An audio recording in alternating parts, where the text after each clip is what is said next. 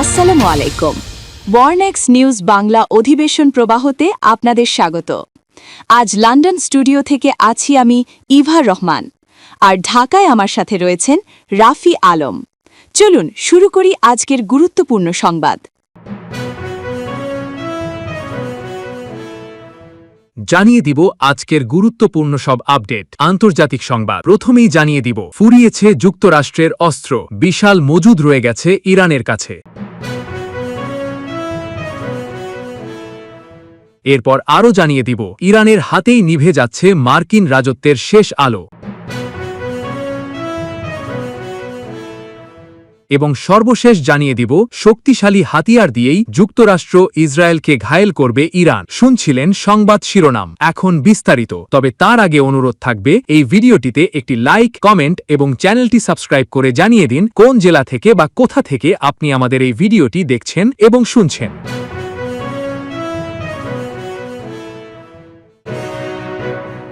এখনো খেলা শুরুই হয়নি, এটা তো শুধু ট্রেলার। হ্যাঁ, ঠিকই শুনেছেন, খেলা এখনো শুরুই হয়নি। মধ্যপ্রাচ্যের উত্তেজনা যখন প্রতিদিনই নতুন মোড় নিচ্ছে, ঠিক তখনই নতুন করে চাঞ্চল্য ছড়িয়েছে ইরানের এক বিস্ফোরক দাবি। বিভিন্ন সংবাদ মাধ্যমের বরাতে জানা যায়, দেশটির প্রতিরক্ষা মন্ত্রণালয় জানিয়েছে এখন পর্যন্ত তারা তাদের বিশাল ক্ষেপণাস্ত্র ভাণ্ডারের মাত্র অল্প একটি অংশ ব্যবহার করেছে, অর্থাৎ বাস্তব শক্তির বড় অংশই এখনো মজুদ অবস্থায় রয়েছে। অন্যদিকে আমেরিকার ৪৫% ফুরিয়ে গেছে এই সাম্প্রতিক যুদ্ধে। আর এই তথ্য সামনে আসতেই আন্তর্জাতিক অঙ্গনে শুরু হয়েছে নতুন করে আলোচনা, উদ্বেগ। তাহলে কি এখনো সবচেয়ে বড় ধাক্কাটা আসা বাকি? ইরানি সংবাদ মাধ্যম প্রেস টিভির বরাতে জানা যায়, ইরানের প্রতিরক্ষা মন্ত্রণালয়ের মুখপাত্র রেজা তালাইনিক স্পষ্টভাবে ইঙ্গিত দিয়েছেন যে ইরান এখন উচ্চ পর্যায়ের প্রতিরক্ষামূলক অবস্থানে রয়েছে। তবে শুধু প্রতিরক্ষা নয়, প্রয়োজনে বড় ধরনের পাল্টা আঘাত হানার জন্য তারা পুরোপুরি প্রস্তুত। তার দাবি অনুযায়ী ইরান বর্তমানে দেশীয় প্রযুক্তিতে ১,০০০-এরও বেশি ধরনের আধুনিক সমরাস্ত্র তৈরি করছে। এই উৎপাদন নেটওয়ার্ক শুধু এক জায়গায় সীমাবদ্ধ নয়, দেশ জুড়ে ছড়িয়ে থাকা হাজার হাজার শিল্প প্রতিষ্ঠান এই প্রক্রিয়ার অংশ।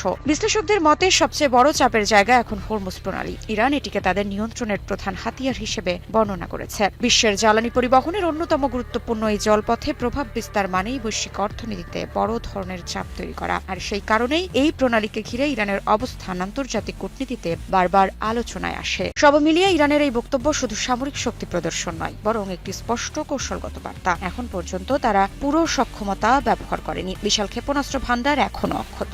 দেশীয় অস্ত্র উৎপাদন এবং প্রয়োজনে পাল্টা আঘাতের জন্য প্রস্তুতি সর্বোচ্চ পর্যায়ে। অতীতের এথেন্স থেকে শুরু করে আধুনিক ব্রিটেন, ইতিহাস সাক্ষী দিচ্ছে যে কোনো সাম্রাজ্য যখন পতনের দ্বারপ্রান্তে পৌঁছায়, তখন তার শাসকরা প্রায়শই আবেগতাড়িত হয়ে পড়েন। হারানো গৌরব পুনরুদ্ধারের নেশায় তারা এমন কিছু সামরিক দুঃসাহসিকতা দেখান যা আদতে হিতে বিপরীত হয়। বর্তমানে ইরানের বিরুদ্ধে প্রেসিডেন্ট ডোনাল্ড ট্রাম্পের যুদ্ধকে ঠিক তেমনই এক মাইক্রো মিলিটারিজম বিপর্যয় হিসেবে দেখছেন প্রখ্যাত ইতিহাসবিদ আলফ্রেড ম্যাককয়। ঐতিহাসিক তথ্য অনুযায়ী সাম্রাজ্যের ক্ষমতার চরম শিখরে থাকা অবস্থায় অর্জিত বিজয়গুলোর পুনরাবৃত্তি করতে গিয়ে ক্ষয়িষ্ণু শক্তিগুলো প্রায়শই ভুল পথে চলে যায়। ডোনাল্ড ট্রাম্পের দ্বিতীয় মেয়াদে ইরানের বিরুদ্ধে শুরু হওয়া এই অভিযানটি যুক্তরাষ্ট্রের অবশিষ্ট বৈশ্বিক প্রভাবকে পুনরুদ্ধার করার পরিবর্তে দেশটির নৈতিক ও সামরিক পতনকেই বিশ্ববাসীর সামনে উন্মোচিত করে দিচ্ছে। ইতিহাসের পাতায় তাকালে দেখা যায়, খ্রিস্টপূর্ব ৪১৩ অব্দে সিসিলিতে এথেন্সের পরাজয় ছিল তাদের সাম্রাজ্য হারানোর মূল কারণ। তৎকালীন অযোগ্য নেতা নিসিয়াস জাঁকজমকপূর্ণ অনুষ্ঠানের মাধ্যমে জনমন জয় করলেও সামরিক ক্ষেত্রে চরম অদক্ষতা প্রদর্শন করেন। একইভাবে বর্তমানের ওয়াশিংটনও এক অনিশ্চিত সামরিক চোরাবালিতে নিমজ্জিত হচ্ছে বলে মনে করা হচ্ছে। ইরানের সামরিক বহরে এখনো কোন শক্তিশালী হাতিয়ার রয়েছে যা দিয়ে আসন্ন যুদ্ধের ময়দানে লড়ার হুঙ্কার দিচ্ছে দেশটি? এজন্যই কি যুক্তরাষ্ট্র ইসরায়েল পুনরায় যুদ্ধে জড়ানোর সাহস দেখাতে পারছে না? সাম্প্রতিক সময়ে ইসরায়েলের প্রধানমন্ত্রী বেনিয়ামিন নেতানিয়াহু দাবি করেছিলেন যে ১ বছর আগেই পারমাণবিক অস্ত্র তৈরি করে ফেলত ইরান। এজন্যই কি তাহলে ইরানের প্রতিরক্ষা মন্ত্রণালয় বলছে যে তাদের সামরিক বহরে এখনো রয়েছে উল্লেখযোগ্য সংখ্যক অস্ত্র? প্রশ্ন হল, হলো ইহুদিবাদীদের বিরুদ্ধে তুমুল যুদ্ধের পরও ইরানের কাছে আর কতগুলো ক্ষেপণাস্ত্র রয়েছে?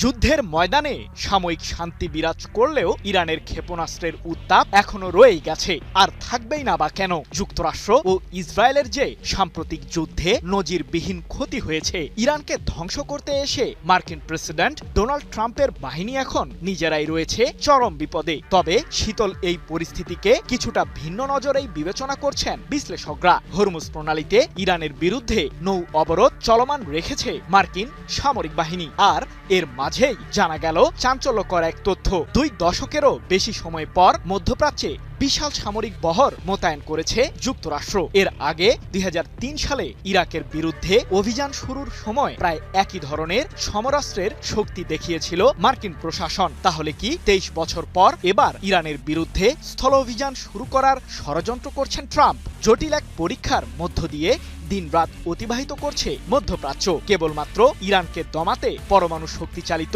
3টি বিমানবাহী রণতরীকে পারস্য উপসাগরীয় অঞ্চলে মোতায়েন করেছে যুক্তরাষ্ট্র।